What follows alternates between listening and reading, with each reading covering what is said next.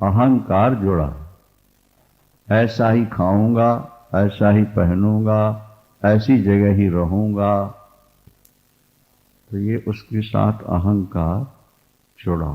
ये तो अच्छी बात है कि पवित्रता की दृष्टि से आप पवित्र जगह रहने की इच्छा करते हैं, पवित्र भोजन की इच्छा करते हैं, आदि आदि बातें हैं। वो पवित्रता की दृष्टि से, हृदय शुद्ध हो इस दृष्टि से तो बहुत अच्छा है।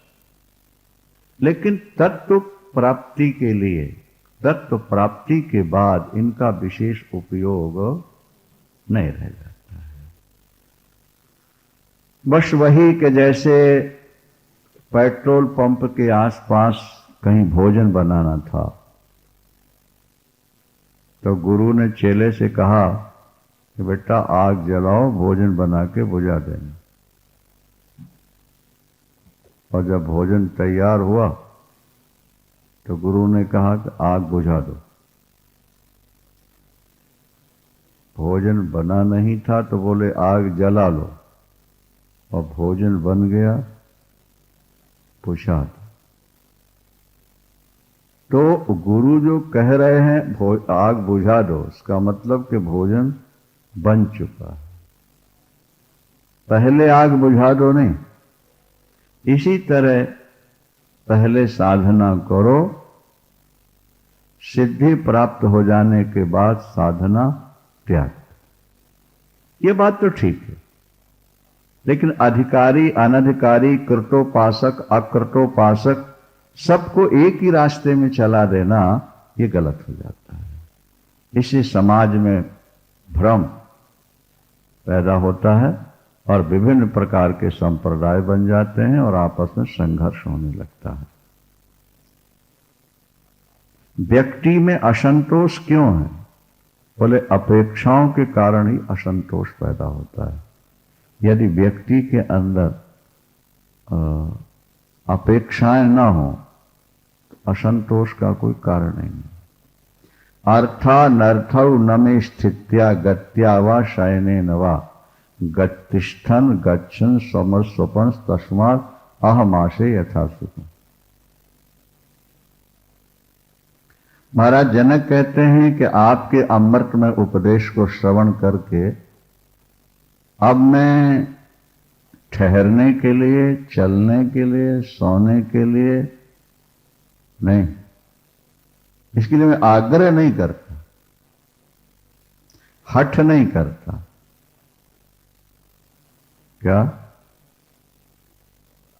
इसीलिए ठहरता हुआ, जाता हुआ, सोता हुआ भी सुखपूर्वक में रह रहा हूं,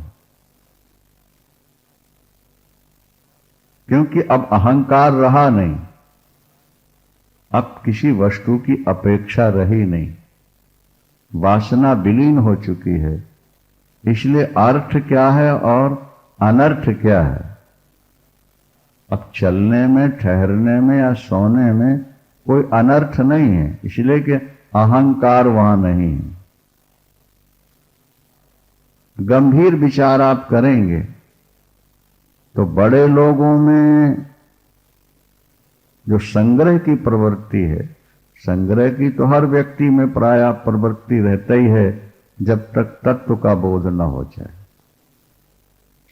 लेकिन बड़े लोगों में जो संग्रह की प्रवृत्ति है वो केवल अपने अहंकार की तुष्टि के लिए होता है, अपने अहंकार के पोषण के लिए होता है। क्या समझे आप? आवश्यकताओं से अधिक संग्रह करना, आवश्यकताओं से अधिक वस्तुओं का संग्रह करना मात्र इतना है कि लोग देखकर हमको बड़ा समझें, हमको धन्यवाद दें, हमारी जय जयकार करें। केवल इसलिए अनावश्यक वस्तुओं का भी हम संग्रह किए जाते हैं। वृंदावन कर्म अगर इच्छा से होता है, इच्छा अहंकार से पैदा होती है, और जहां इच्छा अहंकार मिला है वो कर्म बंधन का हेतु ही बनता है। हम अपने अहंकार की पुष्टि के लिए ही अनावश्यक संग्रह करते रहते हैं। मान लिया जाए कि आपने 5 करोड़ के हीरे खरीद लिए, इसको अनावश्यक संग्रह कहा गया। ये ठीक है कि जब आप बदल बदल के जेवर पहन के जाएंगे पार्टियों में, तो आपकी सहेलियां देखने आएंगी, ये कितने में बना, ये कितने बना, ये तो बड़ा कीमती है, ये तो बड़ा सुंदर लग रहा है। तो अंदर एक खुशी सी होती है, मन में एक खुलाव सा आता है कि देखो हमारी वस्तुओं से लोगों को प्रसन्नता हो रही है, हमारी वस्तुओं की लोग नकल करना चाहेंगे और लोग हमको बड़ा समझते हैं। ये हमारा अहंकार। जैसा हमने कहा कि 5 लाख 7 लाख की गाड़ी से भी गुजारा हो सकता है, नहीं, लेकिन 45 लाख की गाड़ी में हम चल रहे हैं, तो वो हम गुजारे के लिए नहीं चल रहे, बल्कि अपना बड़प्पन दिखाने के लिए हम चल रहे हैं। समाज को, कुटुंब को ऐसा लगे कि भाई इनके पास पैसा बहुत ज्यादा है। क्या? तब तो ये सेठ जी 65 लाख की गाड़ी में चल रहे हैं, 45 लाख की गाड़ी में चल रहे हैं। पहले भी हमने कहा है कि भाई एक सज्जन हमको 65 लाख की कार में लेके जा रहे और कह रहे थे कि ऐसी कार डायना के पास थी। अब डायना कौन थी आप लोग जानते होंगे क्या? शायद वो इंग्लैंड की महारानी की बहू थी, चार्ल्स की पत्नी थी वो। तो वो सज्जन जो ये कह रहे थे हमसे कि ऐसी कार डायना के पास थी, क्या मतलब हो? वो अपने अहंकार को इतना ऊपर उठा रहे हैं कि लोग हमको उनके समकक्ष समझने लगे, हम उनसे कम नहीं हैं। क्या? इसलिए हम इतनी कीमती कार में यात्रा कर रहे हैं। अच्छा, तो ये इसका एवरेज क्या है? बोले महाराज ये ना पूछे, ये तो पेट्रोल पीने वाली गाड़ी है। क्या समझे? बहुत महंगा है। अच्छा, इसके कल पुर्जे? बोले बहुत ही महंगे, जो सामान्य गाड़ियों के 500 में मिलेंगे वो इसके 25,000 में मिलते। तो कितना चलाते हो? बोले बहुत थोड़ा चलाते हैं। बहुत थोड़ा चलाते हैं, पार्ट्स बहुत महंगे हैं, पेट्रोल ये पानी की तरह पी रही है, फिर इसकी जरूरत क्या है? बोले महाराज जब सामने खड़ी होती है और लोग आके देखते हैं, ये शुद्ध अहंकार का पोषण है या नहीं? आप बताओ जरा विचार करके। हाँ, नहीं, इसको प्रारब्ध नहीं मानते। वो हमारी अपनी इच्छा है। प्रारब्ध का मतलब होता है कि जिसके लिए हम प्रयास न करें, इच्छा न करें और बलात् वो चीज आ जाए। क्या? जैसे हम डायमंड पहनना नहीं चाहते और बलात् किसी ने दे दिया और वो कहता मुझे खुशी है कि आप इसको पहन। क्या समझ? उसको प्रारब्ध कहते। और हमें इच्छा है कि हम डायमंड पहने और उसके लिए हम पैसे संचित करते हैं या झूठ बोलते हैं, बेईमानी से कमाते हैं और फिर खरीद के पहनते हैं। वो प्रारब्ध नहीं है, वो हमारा अहंकार, वो हमारी वासना है। वो हम दूसरों को अपना बड़प्पन दिखाना चाहते हैं अथवा अपने शरीर को सुंदर बना के दुनिया के सामने पेश करना चाहते हैं। वो प्रारब्ध है। प्रारब्ध का मतलब वही है कि जहां अपनी इच्छा में, जैसे भगवान राम को राज्याभिषेक का जब संदेश मिला तो रामायण में लिखा है कि उनके मन में कोई खुशी नहीं, उनके मन में बल्कि थोड़ी सी पीड़ा हुई। क्या पीड़ा हुई? जन में एक संग सब भाई, और भोजन शयन के लरकाई, करण वेद उपबीत विबाहु, और संग संग सब भय उछाहो, के विमल वंश यह अनुचित एको, के बंधु विहाय बढ़े अभिषेको। लोग बधाइयां देने आ रहे हैं, जय जयकार कर रहे हैं, और राम थोड़ा सा सामान्य है। जैसे कुछ नुकसान हो जाने पर व्यक्ति सामान्य हो जाए, ऐसे हो बैठे। आखिर पूछा गया, आपको महाराज उत्तराधिकारी बनाने जा रहे हैं, इतना बड़ा पद आपको मिल रहा है, आप उदास से कैसे नजर आ रहे हैं राघव? तो प्रभु ने कहा कि हम चारों भाई एक साथ पैदा हुए, जन्मे एक संग सब भाई, भोजन शयन केली लरिकाई। हम चारों एक साथ बैठ के भोजन करते रहे, चारों एक जगह सोते रहे, खेल कूद में चारों एक साथ जाते रहे। कर्ण वेद, पहले कान छेदे जाते थे, अब तो परंपराएं खत्म हो रही। कर्ण वेद, ये भी एक संस्कार। कर्ण वेद उपवीत जनेऊ, और विवाहु संग संग सब भय उछाओ। इस सारे के सारे उत्साह हम लोगों के एक साथ हुए। तो विमल वंश यह अनुचित एकू, के बंधु विहाय बड़े अभिषेक। अब जब राज्याभिषेक का प्रश्न आया तो 3 भाइयों को छोड़कर मुझे राजा बनाया जा रहा है, ये हमारे कुल में एक अनुचित बात है, कलंक।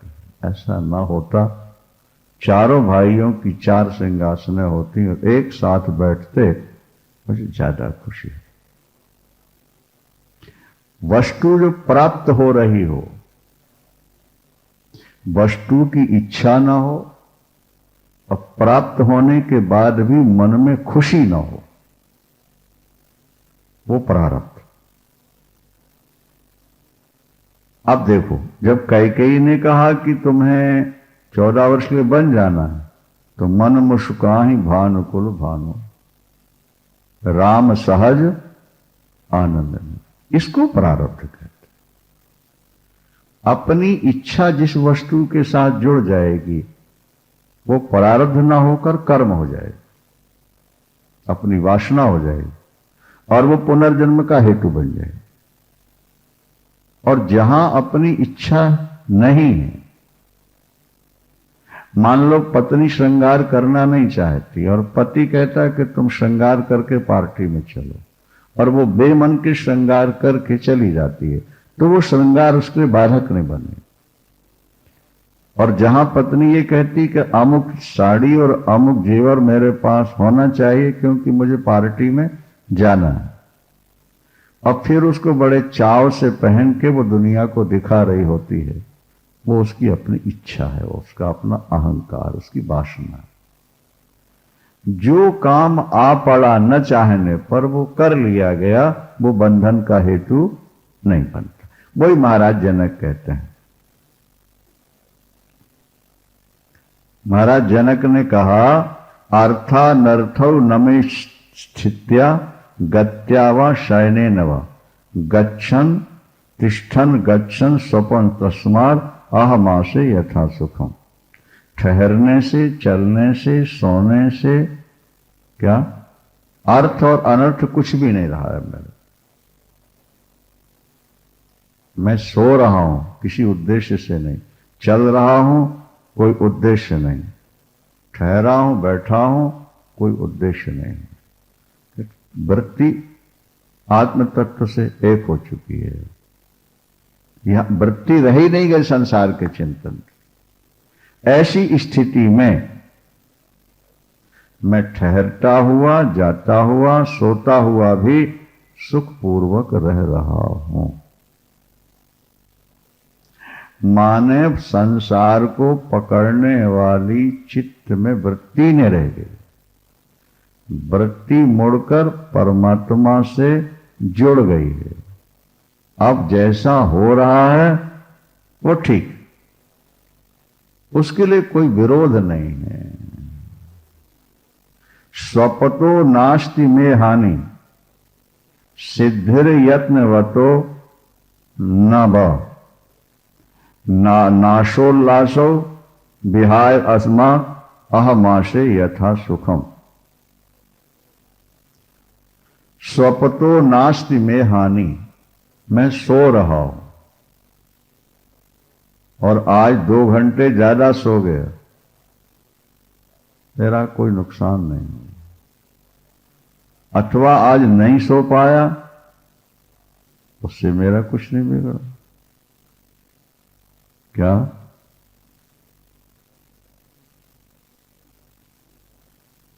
मैं कोई यत्न नहीं कर रहा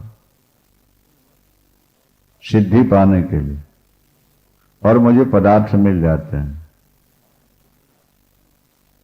पदार्थ मिल जाते हैं, प्रारब्ध में उपभोग कर लेता हूं, इच्छा नहीं करता।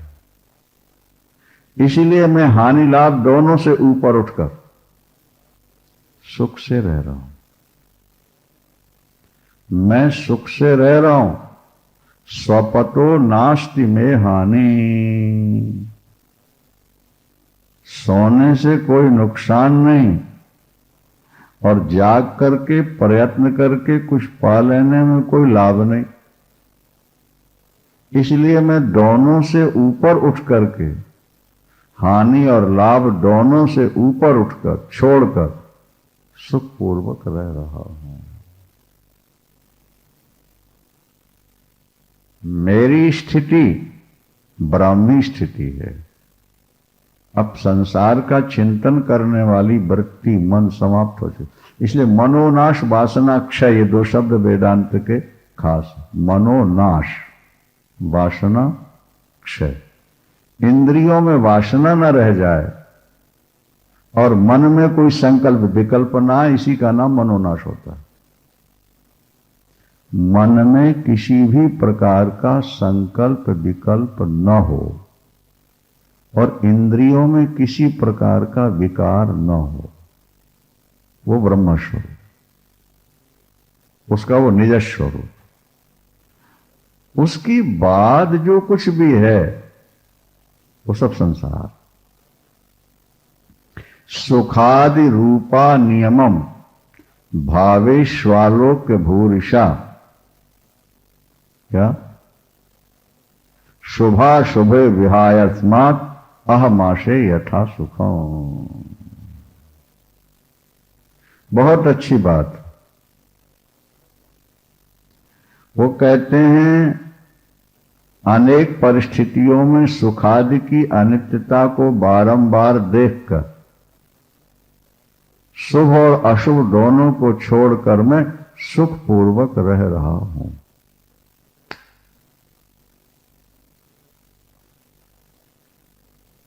सुख और दुख ये दोनों अनित्य हैं, अस्थाई हैं, क्षणभंगुर। इससे पहले जन्मों में मुझे क्या क्या मिला और कैसे बिछुड़ गया, मुझे ध्यान आ रहा। जब चित्त बिल्कुल निर्मल हो जाता है ना, तो पुरानी बातें सब स्मृति में आने लगती। हजारों बार सुख मिला और छूट गया, सुख मिला और छूट गया।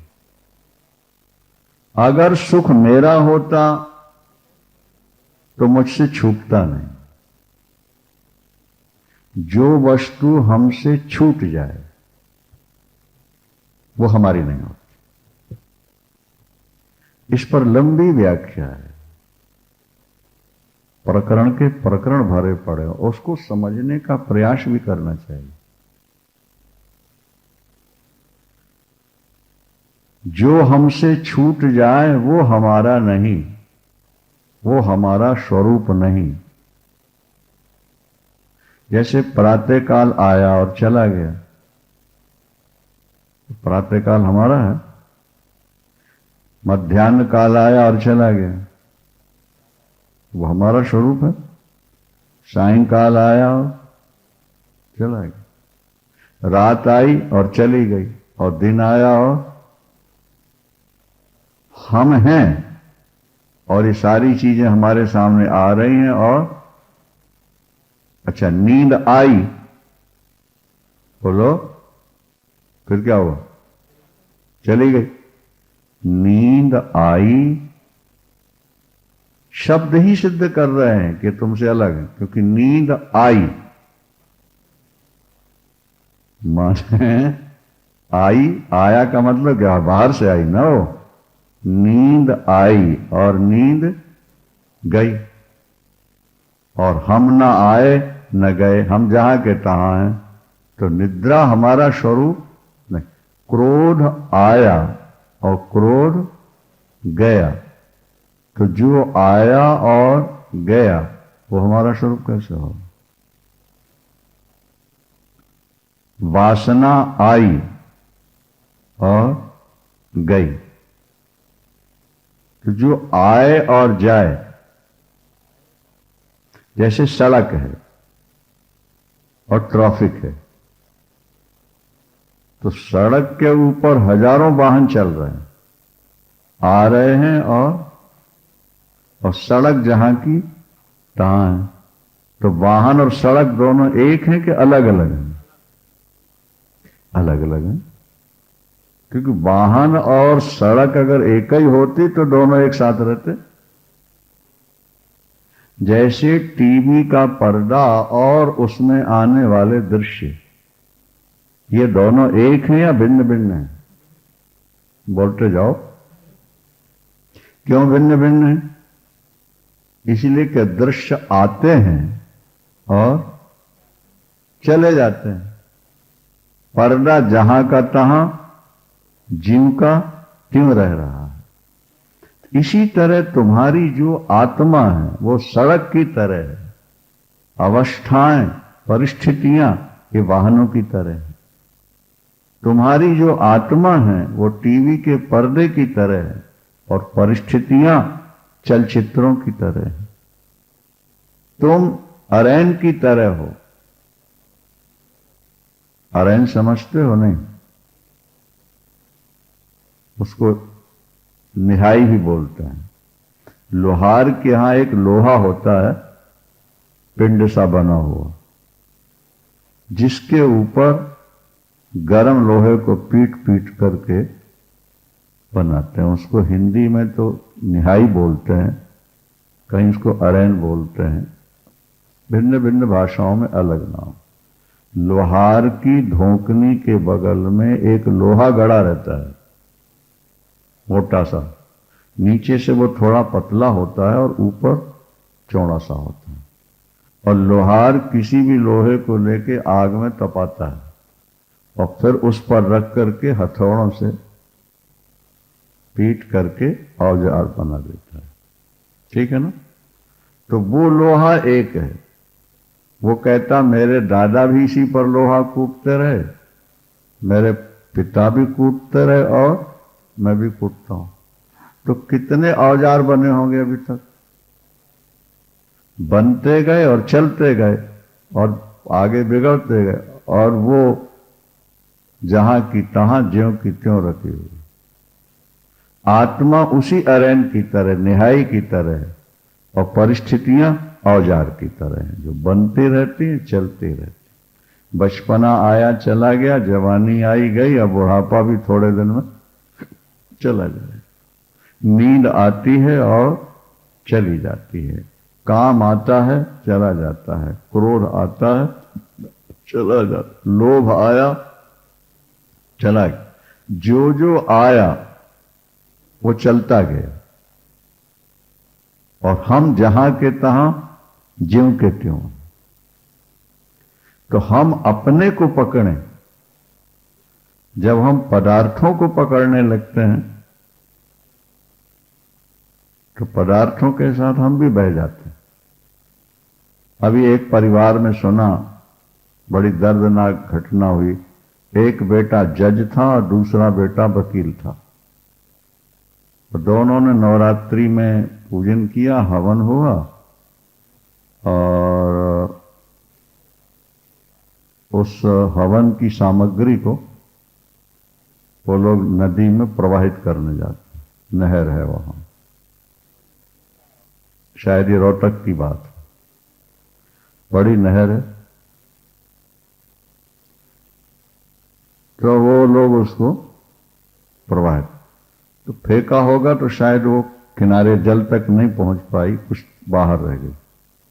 वहां सीढ़ियां थी नहीं, वो गहरी है ना।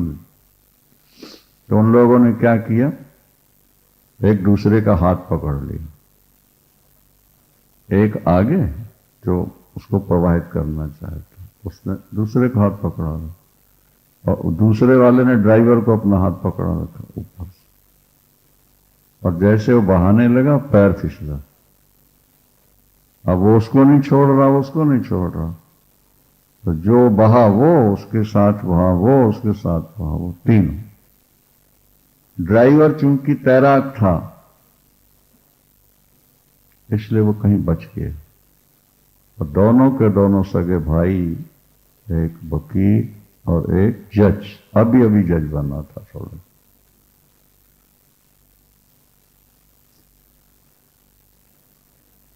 तो ऐसा होता है कि हम लोग बाहरी चीजों को पकड़ने में अपने आप को खो देते हैं।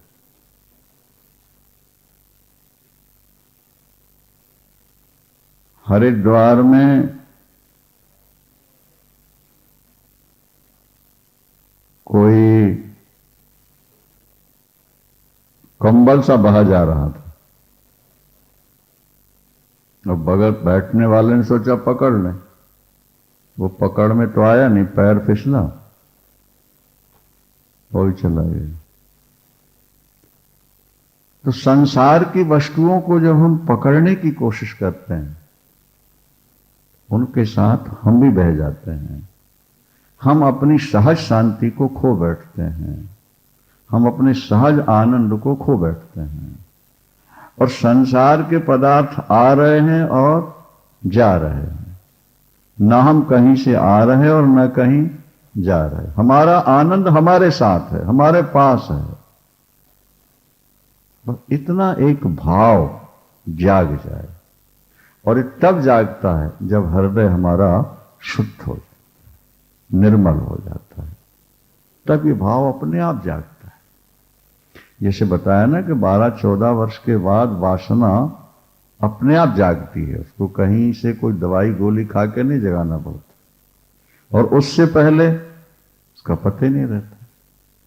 तो भजन करते करते करते जब तुम्हारा तमोगुण क्षीण, रजोगुण क्षीण और सत्वगुण जैसे आएगा, बुद्धि हो जाएगी निर्मल, इस तत्व को एकदम पकड़ लेगी, और पकड़ते उसी में बैठ जाए, मस्त हो जाए। ये उदाहरण भी पहले सुनाया जा चुका है कि मृग की नाभि में जब कस्तूरी पकती है, मृग की नाभि में जब कस्तूरी पकती है तो सुगंधी चारों तरफ फैल जाती। मृग को जानकारी नहीं है, वो पानी सूंघता रहता, पत्थर सूंघता है, पेड़ और पत्ते सूंघता रहता, और कभी कभी तो वो दौड़ता जाता है काफी दूर। हवा जैसे उल्टी चल रही है तो आगे को सुगंधी जा रही है, वो सुगंधी सूंघता सूंघता 10-10 किलोमीटर दौड़ता जाता, फिर कभी इस तरह दौड़ता, फिर उस तरह। इस सुगंधी कहां से आ रही? हर चीज को सूंघता, कभी उसकी नाभि में जब खुजली पैदा होती है और वो अपने दांतों से उसको खुजाने के लिए जब नाक उस तरफ करता है ना मुंह, और नाक जब वहां पहुंची, जब एकदम हीट आई, एकदम सुगंधी आई, तब पता लगा कि सुगंधी तो बस फिर वहीं बैठ जाता है। इतना चंचल मृग जिसे पकड़ पाना या मार पाना बहुत कठिन, और जो उस सुगंधी के लिए चारों तरफ दौड़ रहा था, सुबह से शाम तक दौड़ रहा था, जैसे ही नासिका नाभि के पास पहुंची और बोध हुआ कि यहीं से सुगंधी है, वहीं बैठ गया। और फिर नाभि के पास लगा करके नाक बैठा रहा। बहुत भूख लगेगी तो थोड़ा चारा वारा चुग लेगा, बहुत प्यास लगेगी जाके पानी पी लेगा, उसके बाद फिर बैठ। महापुरुष इसी मृग की तरह अनादिकाल से अज्ञान के कारण सुख कहां मिलेगा, कभी मन ने कहा पत्नी में, कभी मन ने कहा पुत्रों में, कभी मन ने कहा धन में, कभी मित्रों में, कभी खाने में, दौड़ता रहा। जब कोई सदगुरु मिले और उन्होंने लखा दिया, बेटा जिस सुख को तू अनादिकाल से खोज रहा है, दौड़ रहा है, वो तो तेरा अपना स्वरूप ही है, वो तेरा, जैसे मृग की नाभि में मृग की ही कस्तूरी है, लेकिन भाषित हो रही थी अज्ञान अवस्था में बाहर, इसी तरह आनंद तेरा तेरे अंदर है और दौड़ तेरी बाहर है। और जब महापुरुष को बोध होता है, बड़े बड़े संतों को हम देखते हैं कि बस वो रोटी के लिए आते हैं, खाए। और एक संत ऐसे मिले महाराज, जिन्होंने जीवन में कभी चेला नहीं रखा अपने आश्रम। चेलियां क्या रखेंगे, वो चेला भी नहीं। उन्होंने अपने आश्रम में लाइट नहीं जलने दी। उन्होंने 5 वर्ष की बच्ची को भी आश्रम के अंदर आने नहीं दी। पैसा वो छूते नहीं थे।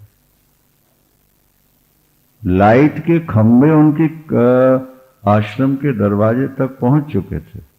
लोगों ने चाहा लाइट का युग जल, नहीं, कोई आश्रम में आ नहीं पर 1-8 घंटे का टाइम वो रखते थे, जिसमें कुछ साधक उनके यहां पहुंचते थे और वो उनको उपदेश दे देते और पढ़ते। और 24 घंटे में एक बार 11 बजे 12 बजे वो कुटिया से निकले और 3 घर जाते थे।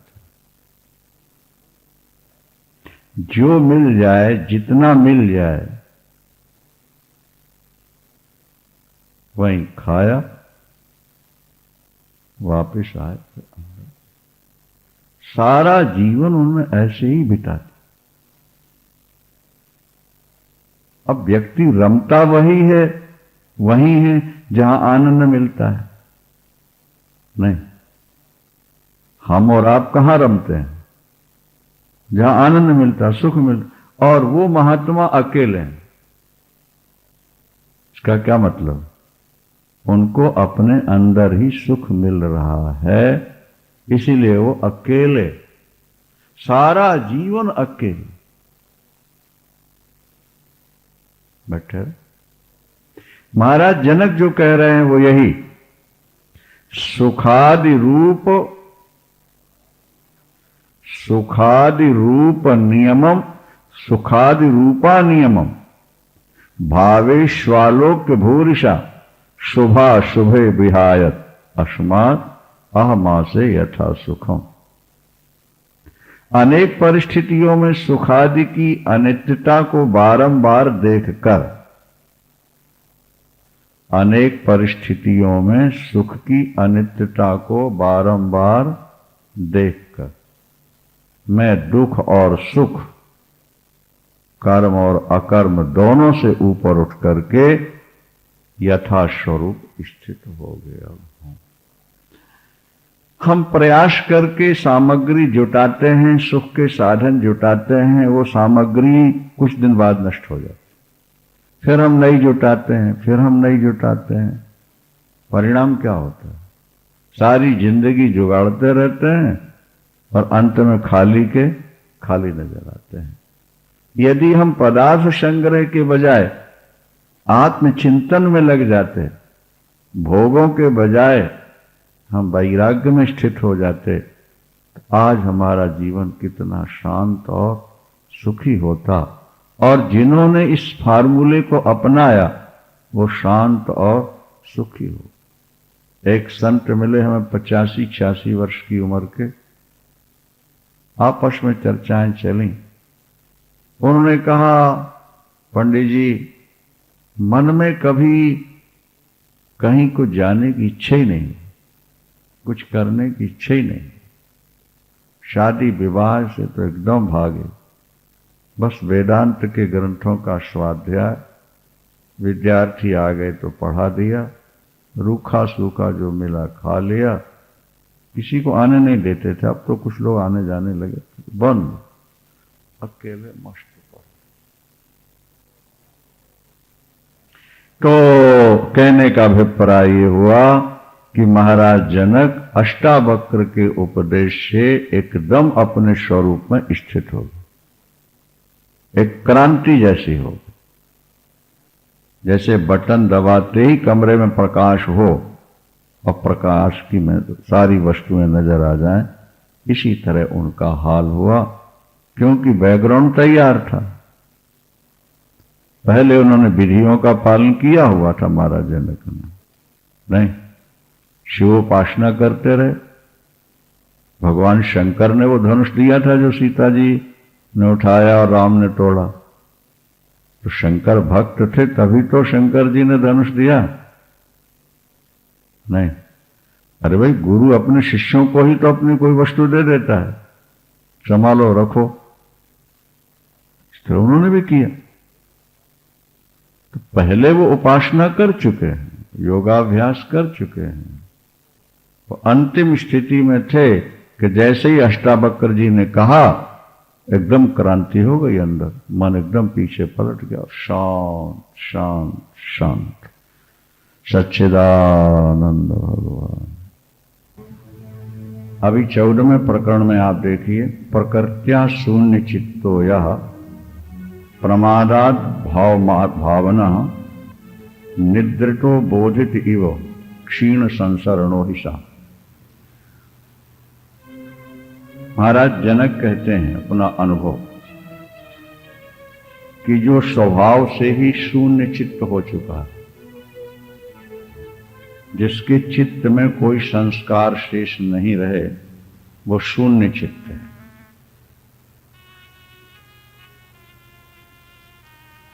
वो जो भी कर रहा है, विषयों का चिंतन अगर कर रहा है तो प्रमाद से ही कर रहा है। वो सोता हुआ भी जाग रहा है, क्योंकि हम जब सोते हैं तो द्वैत को छोड़ते हैं, और ज्ञानी की दृष्टि में द्वैत रहा ही नहीं, तो छोड़ेगा क्या हो।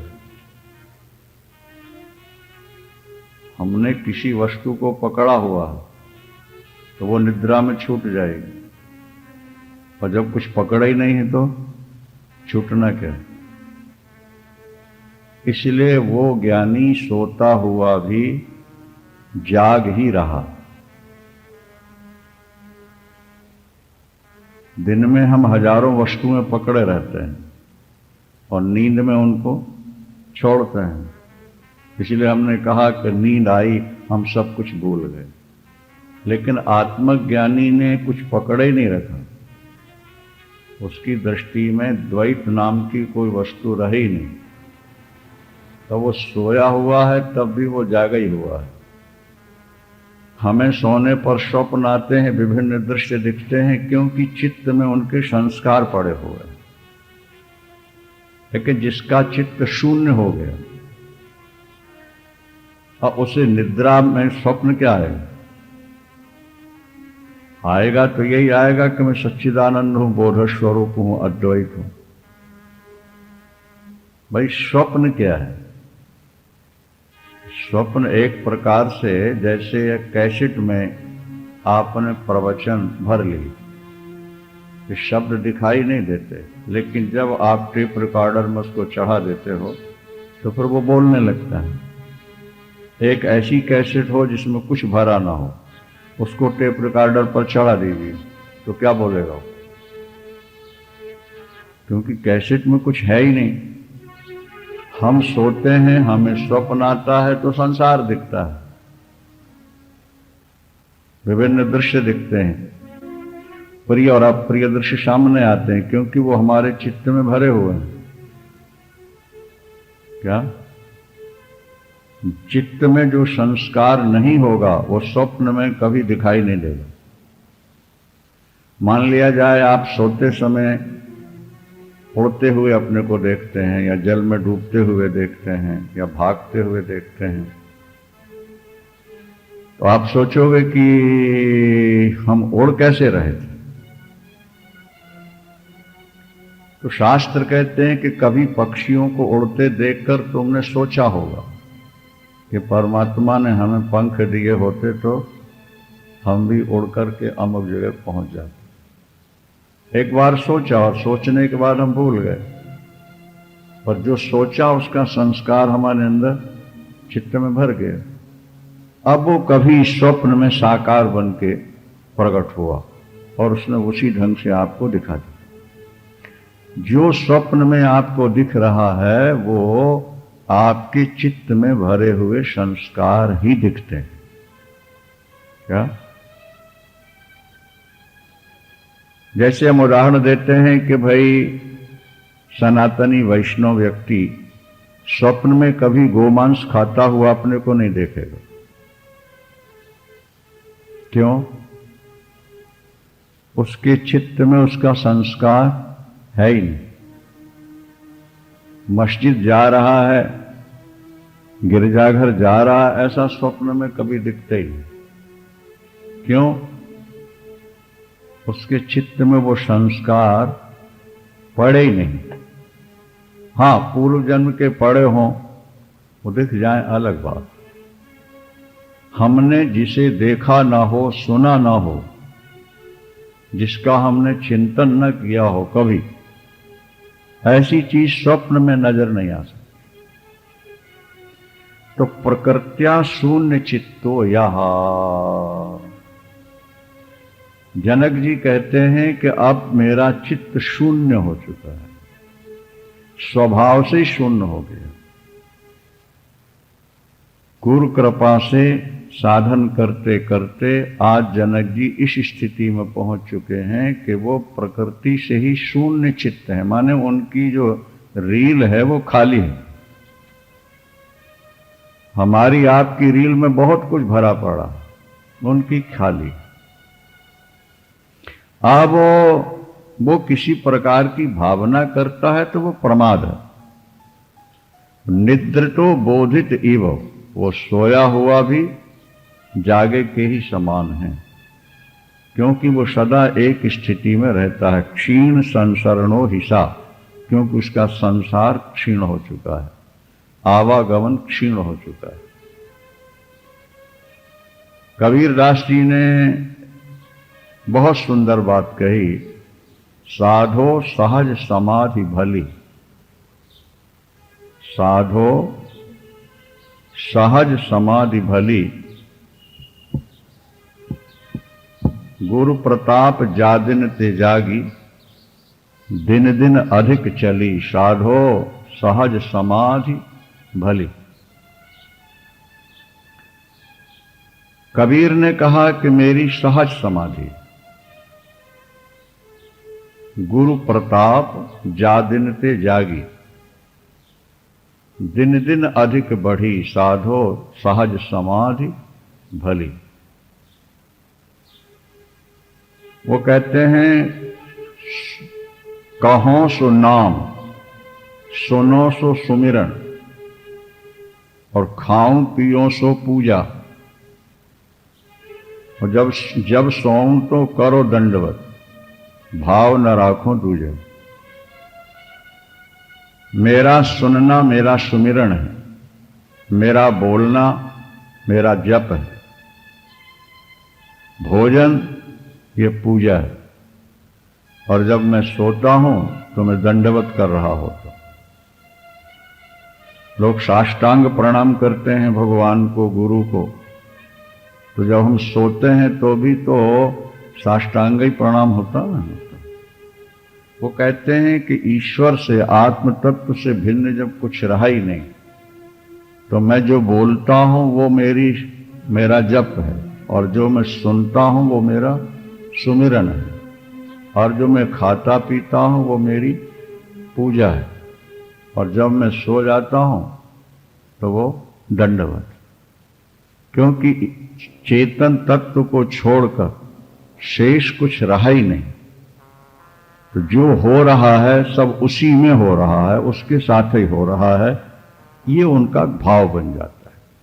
आगे उन्होंने लिखा है कि शब्द निरंतर सो मन लागा, और मलिन वासना त्यागी, उठत बैठत कबहु न छूटे, ऐसी तारी लागी, साधो सहज समाधि भली।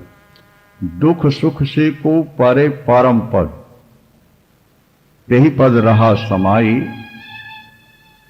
और कबीर कहते हैं, कह कबीर यह उन्मन रहनी, सो प्रगट करी गाई। ये उन्मनी स्थिति है, माने मन का ऊपर की ओर प्रवाह हो जाना। अभी हमारे मन का प्रवाह भोगों की ओर है, पदार्थों की ओर है, वस्तुओं की ओर। हमारे मन का प्रवाह जब ऊपर की ओर हो जाए, माने स्वरूप की ओर हो जाए, तो समझ लेना कि हमारा जीवन अब धन्य धन्य हो गया। इसी को मन का उन्मनी भाव कहते हैं। उन्मनी माने मन ऊपर की ओर, चेतन तत्व की ओर चल पड़ा, शून्य चित्त हो गए। दुख सुख से को परे परम पद, एक ऐसा परम पद है जो दुख सुख से बहुत ऊपर, और तेही पद रहा समाई, में उसी पद में मेरा मजा के समा गया। कहे कबीर यह उन्मन रहनी, सो प्रगट करी गाई।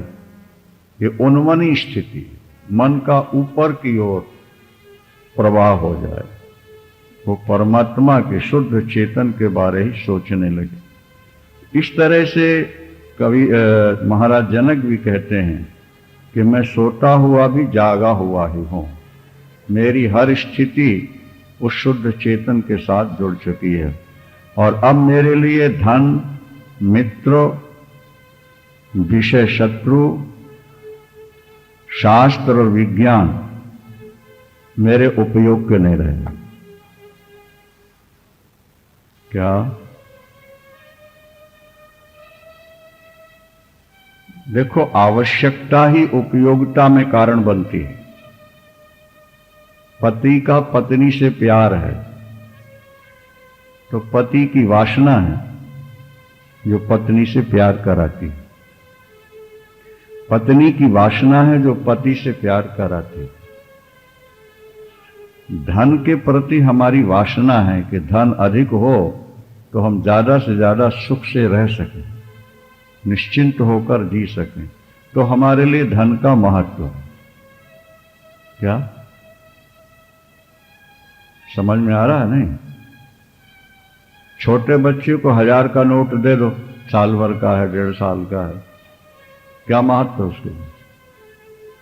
हाँ, 4 साल की बच्ची या बच्चों के सामने सेक्स की चर्चा करो, क्या महत्व है उसके लिए? बोलो, कुछ नहीं, क्योंकि अंदर वो संस्कार ही नहीं है, इसलिए उनका कोई महत्व नहीं। एक सुंदरी स्त्री सामने से निकलती है, पुरुष उसको देखता रहता है, लेकिन वहीं छोटे बच्चे खेल रहे हों वो नहीं देखें। पुरुष की दृष्टि में उसका महत्व है, लेकिन बच्चे की दृष्टि में उसका कोई महत्व नहीं। कोई सुंदर पुरुष निकला, युवती उसको टेढ़ी नजर करके बार बार देख रही, लेकिन छोटी बच्चियां वहां खेल रही थी, वो नहीं देख रही। क्यों? उसका कोई उपयोग नहीं है।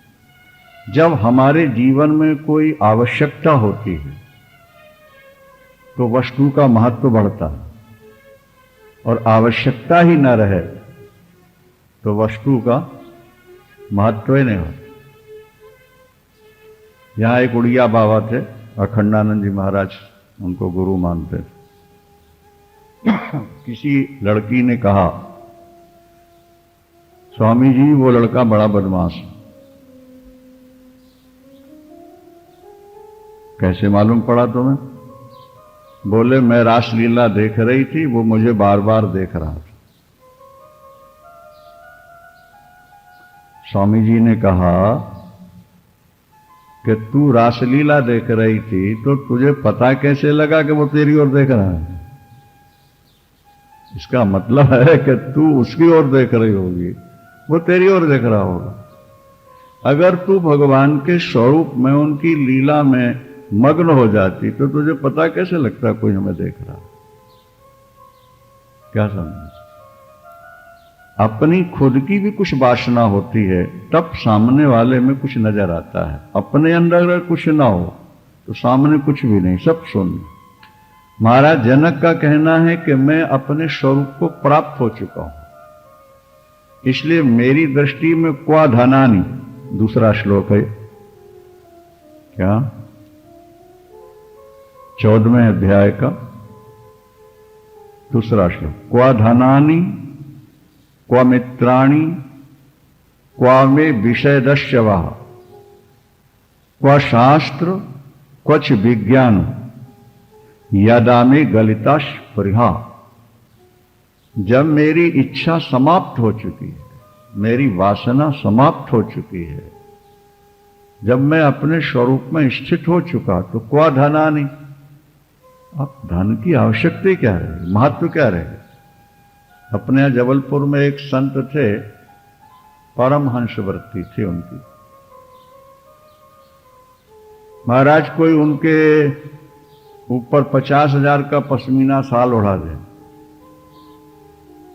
उन्हें कुछ पता नहीं, और कोई आके उठा के ले जाए, उन्हें पता नहीं। उनके तन में वस्त्र है कि नहीं उनको पता नहीं रहता। किसी ने लपेट दिया तो लपट गया, और गिर गया तो गिर गया। किसी ने कुछ ला के दे दिया तो खा लिया, नहीं दिया मांग नहीं। क्या? बड़े बड़े संत और विद्वान भी उनका दर्शन करने जाते, वो हमेशा अपने स्वरूप में ही रहते। तो क्वा धनानि क्वा मित्राणि, अब मित्रों की भी जरूरत क्या है? मित्र किस लिए बनाया जाता है? समय पर ही हमारे काम आएगा। क्या? हमारे कार्य में ये सहयोग देंगे और इनके कार्य में हम सहयोग देंगे। हम अपनी बात इनसे कह सकेंगे, ये अपनी बात हमसे कह सकेंगे। मित्र की आवश्यकता है, किसी के पास रखना है तो मित्र का क्या महत्व है?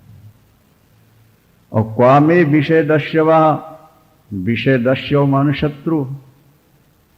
अब विषय मेरा क्या बिगाड़ेंगे, क्योंकि मैं तो अपने स्वरूप में हो गया। वहां विषय उसका कुछ बिगाड़ नहीं सकते हैं। विषय शत्रु अपने आप शांत हो जाते हैं, और प्रारब्ध वशात अगर विषय आ भी जाएं तो आत्मज्ञानी का वो कुछ बिगाड़ नहीं सकते, क्योंकि आत्मज्ञानी की वृत्ति हमेशा आत्मा से, अखंड सच्चिदानंद से जुड़ी रहती है। नहीं तो विकार आए और गए, वो उनका चिंतन नहीं करता। विषय सेवन उतना खतरनाक नहीं है जितना विषय चिंतन खतरनाक।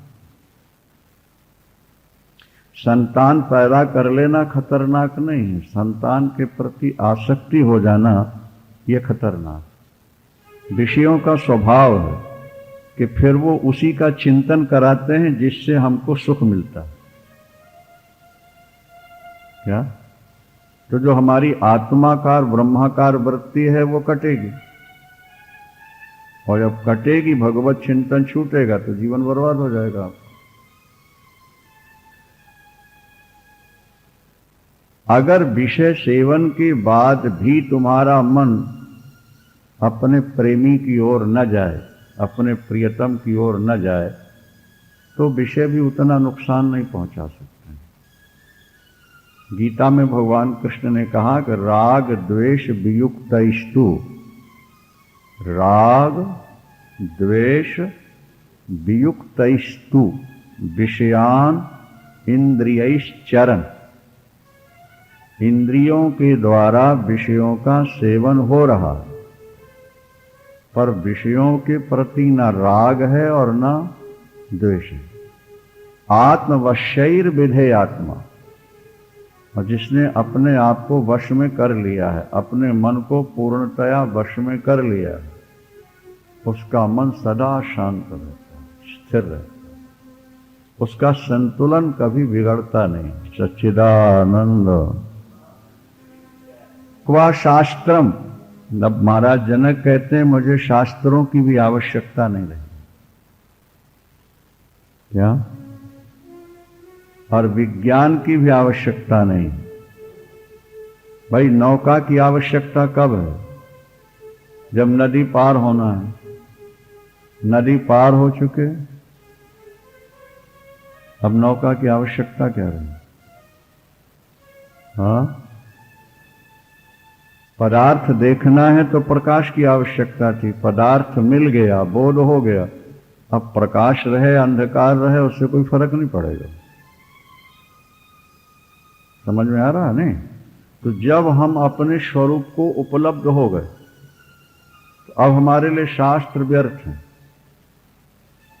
विज्ञान का भी कोई उपयोग नहीं रहा।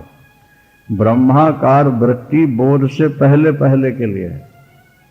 एक बार ब्रह्म स्वरूप का बोध हो गया तो फिर ब्रह्माकार वृत्ति की भी आवश्यकता नहीं रह जाए। जैसे मैं हूं या नहीं हूं इसके लिए कोई वृत्ति बनानी पड़ती है क्या? नहीं बनाएंगे, क्योंकि मैं तो हूं ही, मेरे होने में मुझे कोई संदेह नहीं है।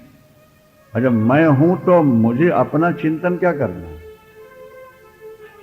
वृत्ति मतलब क्या है? चिंतन को ही वृत्ति कहते हैं।